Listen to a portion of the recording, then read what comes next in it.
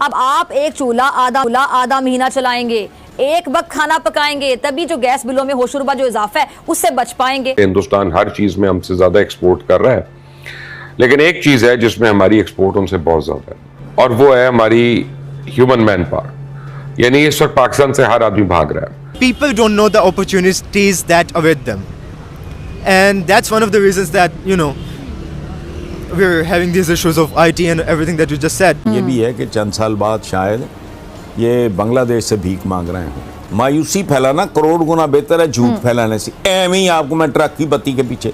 पहले एक जमाने में हम छोटे थे तो नारे सुनते थे पाकिस्तान जिंदाबाद, पाकिस्तान पाइंदाबाद। अब नारे लोग मार रहे हैं कि पाकिस्तान से जिंदा भाग।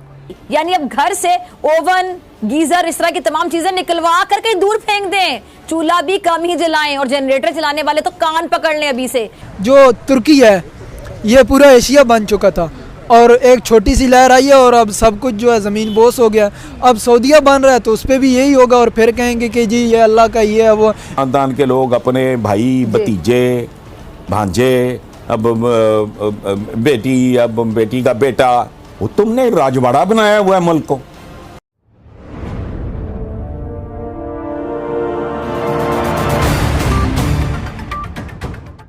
नमस्कार दोस्तों, आत्मनिर्भर भारत चैनल में आप सभी का स्वागत है।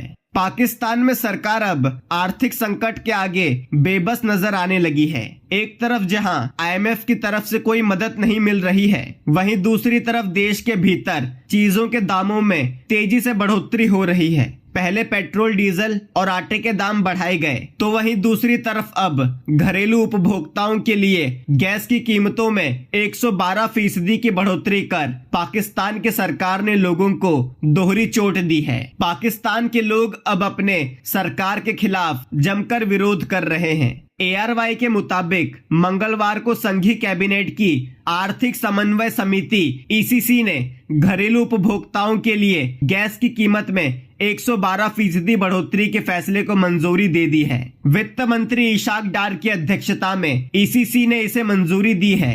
संघीय सरकार ने अगले 6 महीने में उपभोक्ताओं से 310 अरब रुपए की वसूली के लिए प्राकृतिक गैसों की कीमतों में 112% तक वृद्धि को मंजूरी दी है। बता दें कि पाकिस्तान में इन दिनों चावल 200 रुपया किलो, दूध 150 रुपए लीटर, आलू 70 रुपए किलो, टमाटर 130 रुपए किलो और पेट्रोल 250 रुपए लीटर तक बिक रहा है। पाकिस्तानी मीडिया रिपोर्ट्स के मुताबिक पाकिस्तान में एक गैस सिलेंडर की कीमत अब करीब 3100 रुपए है। पता चला है कि घरेलू उपभोक्ताओं के लिए गैस मूल्य निर्धारण के 10 स्लैब होंगे। कुछ उपभोक्ताओं के लिए 500 रुपए का निर्धारित शुल्क तय किया गया है, तो वहीं कुछ उपभोक्ताओं के लिए 50 रुपए का शुल्क निर्धारित किया गया है। कमर्शियल उपभोक्ताओं के लिए गैस की कीमतें 29% तक बढ़ा दी गई है और नई कीमत 1650 रुपए तय की गई है। पाकिस्तान में मची इस महंगाई से पाकिस्तान की रिपोर्टर फिजा खान बुरी तरह झल्ला गई है। आइए देखते हैं इस खबर को। वजीर खजाना इशाक डार साहब ने गरीब को महंगाई की सूली पर तो चढ़ाया हुआ था ही, अब चूल्हे जो ठंडे करने का एक नया बंदोबस्त कर दिया गया। जरा सुन लीजिएगा। अब आप एक चूल्हा आधा महीना चलाएंगे, एक वक्त खाना पकाएंगे, तभी जो गैस बिलों में होशरुबा जो इजाफा है उससे बच पाएंगे। जी हाँ, अगर गलती से महीने भर चूल्हा जला लिया तो फिर 56 यूनिट खर्च हो जाएंगे और जो बिल है वो 23% महंगा आएगा। शाबाश, ये है डार साहब का पाकिस्तानी अवाम के लिए IMF से लिया गया तोहफा। और मुल्क में 50% गैस जो है वो घरों में खाना बनाने के लिए इस्तेमाल होती है, और इसी तबके से 6 महीने में 310 अरब रुपए निकलवा कर IMF से शाबाशी ली जाएगी। यानी अब घर से ओवन, गीजर, इस तरह की तमाम चीजें निकलवा कर कहीं दूर फेंक दें, चूल्हा भी कम ही जलाएं, और जनरेटर चलाने वाले तो कान पकड़ लें अभी से, क्योंकि जिसने 400 यूनिट गैस इस्तेमाल कर ली तो फिर उसका जो बिल है वो दुगने से भी ऊपर चला जाएगा, यानी हजारों में आएगा। अब यही नहीं, हर महीने बिल पर 500 रुपए इजाफी भी इसी अवाम से वसूल किए जाएंगे, और हुकूमत के ख्याल में ये कोई इतना बड़ा बोझ तो है ही नहीं। अब जाहिर है कि आपको बोझ क्यों लगे, आपने कौन से खुद से बिल देने, आपको कैसे लगेगा बोझ। अब जरा आइए सनतों की जानिब। जो गैस से बनती है बिजली और वो महंगाई हुई तो फिर खाने पीने सोच लें, घरेलू इस्तेमाल की जितनी भी चीज़ें हैं उनकी महंगी होने का जो बोझ है वो किस पे पड़ेगा? यकीनी तौर पे अवाम पे पड़ेगा। बिजली पहले ही महंगी की जा चुकी है और भी महंगी हो जाएगी। और आवाम से इतनी कुर्बानियां लेने वाले हुक्मरान ज़रा खुद तो बता दें कि किसने अपनी कारों और ये जो मुलाजिमों हैं उनकी फ़ौज को कम किया, किसने मुफ्त पेट्रोल, मेडिकल, मरात, फॉरेन जो ट्रिप्स हैं उसको छोड़ना तो दूर, उल्टा जो नए वजीर हैं, नए मुशीर हैं, वो भर्ती किए जा रहे हैं। अब हो सकता है कि इसी अशराफिया के कई लोग उस कतार में भी खड़े हों जिसने हर पाकिस्तानी का दिल चीर कर रख दिए। अब लाहौर में जो हमारी अशराफी हैं, जेब में पैसे लिए महंगी ब्रांडेड जो कॉफ़ी है वो ख़रीदने के इंतज़ार में बड़े सब्र से कतार बनाए नज़र आई। अब दूसरी जानिब वो कतारें भी आपको याद होंगी जिसमें माएँ बहनें सस्ते राशन के ट्रकों और स्टोर्स के बाहर सड़क पर घंटों लाइन में खड़ी रहीं। क्या कायद का पाकिस्तान दो कतारों में बट गया? क्या इस मुल्क में यही दो तबके हैं, एक इंतहाई अमीर और दूसरा इंतहाई गरीब? क्या ये जो तबकाती फ़र्क है, बढ़ती महंगाई है, ये मुल्क से मिडिल क्लास का खात्मा कर रही है? हिंदुस्तान के मुकाबले में एक चीज़ ऐसी है जिसमें पाकिस्तान की एक्सपोर्ट बहुत ज़्यादा है इस वक्त। यानी आपने अगर क्रेडिट लेना है तो आप ले सकते हैं इस बात का कि हिंदुस्तान हर चीज़ में हमसे ज़्यादा एक्सपोर्ट कर रहा है, लेकिन एक चीज़ है जिसमें हमारी एक्सपोर्ट उनसे बहुत ज़्यादा है, और वो है हमारी ह्यूमन मैन पावर। यानी इस वक्त पाकिस्तान से हर आदमी भाग रहा है। पहले एक ज़माने में हम छोटे थे तो नारे सुनते थे पाकिस्तान जिंदाबाद, पाकिस्तान पाइंदाबाद। अब नारे लोग मार रहे हैं कि पाकिस्तान से जिंदा भाग, बाकायदा ये नारे मार रहे हैं।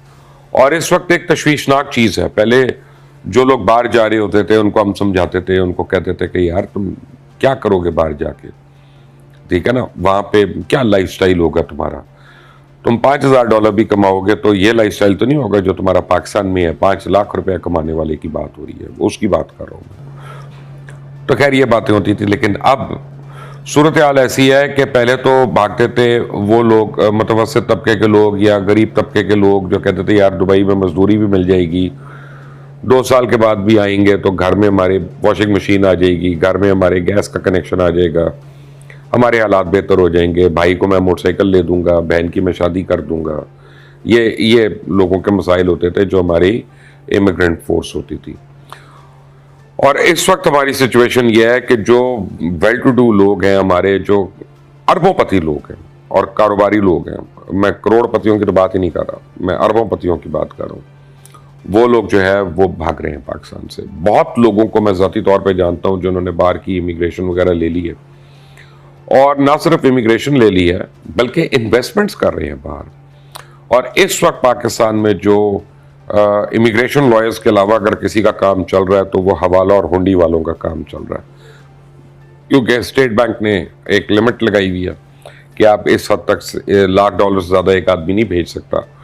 तो अगर आपके 4, 5, 6 घर वाले हैं और आपने 6 लोगों के सारों के भी डॉलर अकाउंट खुलवाए हुए हैं, तब भी आप $6 लाख भेज लेंगे, तो आप वो millions and millions and millions of dollars तो नहीं भेज सकते, तो वो हवाले से जा रहे हैं।